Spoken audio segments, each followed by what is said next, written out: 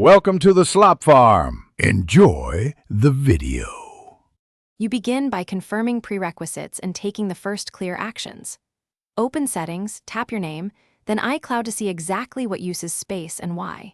Once done, export or backup critical files, photos, documents, and message attachments to a local drive so you can safely remove originals. Make sure you're signed into the same Apple ID on all devices and connected to reliable Wi-Fi. This prevents phantom storage counts and synchronizes deletions across devices immediately.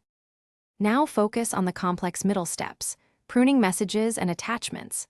In the Messages app, long press or tap the Info button to view attachments, then bulk delete large videos, GIF, and PDFs you no longer need. Next, go back to iCloud storage details and remove message attachments listed under Messages to free space on Apple servers.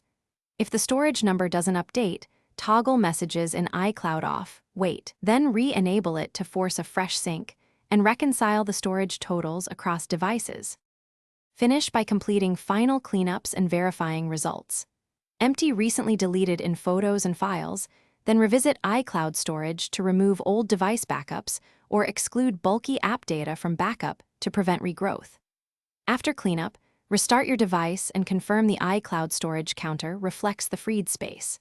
If it still reads incorrectly, sign out and back into your Apple ID or force a sync by toggling iCloud settings. If problems persist, contact Apple support with screenshots and the exact storage numbers for targeted help. Thanks for watching. Consider subscribing if we helped you today.